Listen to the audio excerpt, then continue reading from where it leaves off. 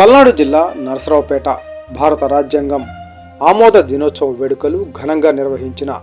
మాల మహానాడు రాష్ట్ర అధ్యక్షులు డాక్టర్ గోదా John Paul ఈరోజు భారత రాజ్యాంగం ఆమోద దినోత్సవం సందర్భంగా పల్నాడు జిల్లా నరసరావుపేట కేంద్రం బాపనయ్య నగర్లోని డాక్టర్ బాబు రాజేంద్ర ప్రసాద్ స్కూల్ నందు గల అంబేద్కర్ గారి విగ్రహానికి పూలమాలలు వేసి ఘన నివాళులు అర్పించిన మాల మహానాడు రాష్ట్ర అధ్యక్షులు డాక్టర్ గోదా జాన్ పాల్ తదుపరి స్కూల్లోని విద్యార్థులకు స్కూల్ టీచర్స్ ఆధ్వర్యంలో చాక్లెట్లు పంపిణీ చేసి అంబేద్కర్ గారి చదువు కోసం పడిన కష్టాలు, ఆయన మేధోశక్తి గురించి తెలియచేయడం జరిగింది. తదుపరి పలనాడు రోడ్లో గల అంబేద్కర్ గారి కాంస్య విగ్రహానికి మాల మహానాడు నియోజకవర్గ వర్కింగ్ అధ్యక్షులు ఉస్తేల జయరావు అధ్యక్షతన పూలమాలలు వేసిన అనంతరం రాష్ట్ర అధ్యక్షులు గోదా జాన్ పాల్ మాట్లాడుతూ ఈ దేశానికి స్వాతంత్రం వచ్చిన అనంతరం ఈ దేశానికి రాజ్యాంగం అవసరమైనప్పుడు 2 సంవత్సరాల 11 నెలలు 18 రోజుల కాలంలో ఈ దేశానికి రాజ్యాంగం రాసి ప్రపంచంలోకెల్లా అత్యున్నత అతి పెద్దదైన భిన్నత్వంలో ఏకత్వం కలిగిన రాజ్యాంగం ద్వారా ఈ దేశానికి దిశ దశ తెలిపిన మహనీయ ఆలోచన విధానాలను రాజ్యాంగాన్ని అమలుపరచడంలో పాలకులు వైఫల్యం చెందారని, రాజ్యాంగం సవరణలు జరిగితే దేశ ప్రజలకు అభివృద్ధికి ఉపయోగపడాల్సిన సవరణలు వారి పార్టీ ఓటు బ్యాంకు స్వలాభం కోసం రాజ్యాంగాన్ని విచ్ఛిన్నం చేస్తున్నారని, 75 సంవత్సరాలు రాజ్యాంగం నేటికి ఆమోదించబడితే 75 సంవత్సరాలలో కులాలను విభజించటం, మతాల మధ్య చిచ్చు పెట్టడమే పాలకులు చేస్తున్నారే తప్ప రాజ్యాంగాన్ని కాపాడే పరిస్థితులు లేరని తెలియచేస్తూ వచ్చే జనవరి 26 రాజ్యాంగం అమలైన రోజును ప్రతి గ్రామం,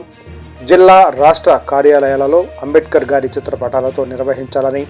ప్రభుత్వాలను కోరటం జరిగింది. ఈ కార్యక్రమంలో బీసీ సంక్షేమ సంఘం రాష్ట్ర అధికార ప్రతినిధి బాదుగున్నల శ్రీను, పట్టణ సెక్రటరీ మెడబలిమి సాంబశివ, నన్నం రాము, కాకి సుబ్బారావు, కీర్తిపాటి ప్రసన్న, వాసుపల్లి సాంబా, గోదా నీలాంబ్రం, వెంకట్రావు, గేరపాటి మోహన్ రావు, థామస్ తదితరులు పాల్గొన్నారు. ఈరోజు ఈ దేశానికి 1947 ఆగస్టు 15 స్వాతంత్రం వచ్చిన అనంతరం, ఏ దేశానికైనా స్వాతంత్రం వచ్చిన తర్వాత స్వయం ప్రతిపత్తి కలిగినటువంటి ఈ దేశాలకి ఒక రాజ్యాంగం అవసరం. ఆ రాజ్యాంగం ఈ దేశంలో ఉండబడేటటువంటి పౌరులు ఏ విధంగా ఉండాలి, వాళ్ళ విధి విధానాలు ఏ విధంగా ఉండాలి, పరిపాలన ఏ విధంగా ఉండాలి, ఎన్నికలు అనేటటువంటి ఒక ప్రక్రియ ఏ విధంగా సాగాలనేటటువంటి విషయం ఈ భారత రాజ్యాంగం మీద ఆదేశించబడి ఉంటుంది. అయితే 1949 నవంబర్ 26కి 1947 ఆగస్టు 15 స్వాతంత్రం వచ్చిన తర్వాత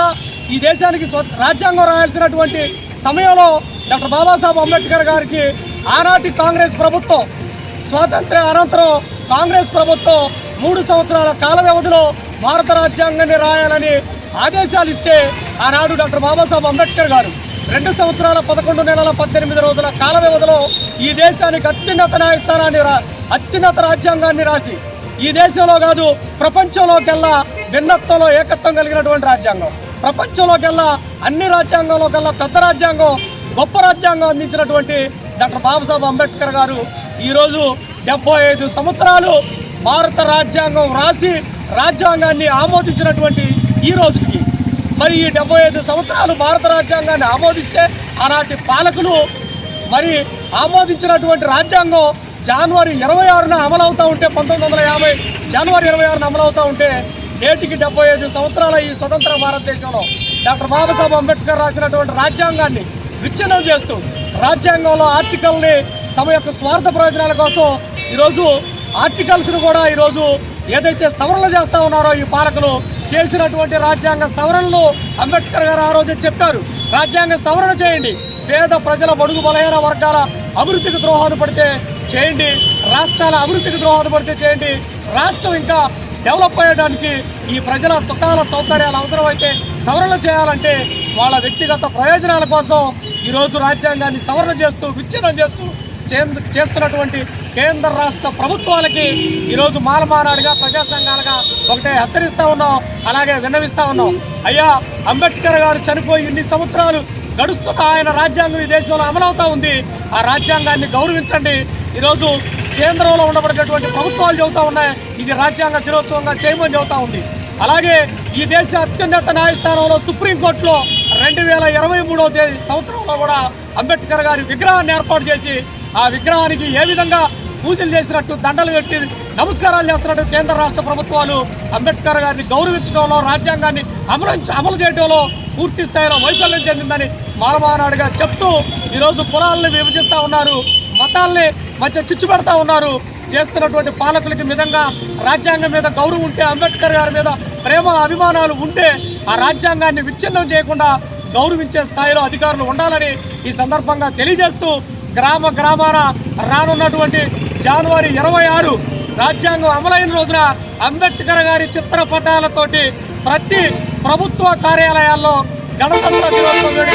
ఘనంగా నిర్వహించే విధంగా ప్రభుత్వం చర్యలు తీసుకోవాలని ఈరోజు మాలమానాడుగా పిలుపునిస్తా ఉన్నాం. Doctor Babasaheb Ambedkar, doctor Babasaheb Ambedkar, doctor Babasaheb Ambedkar.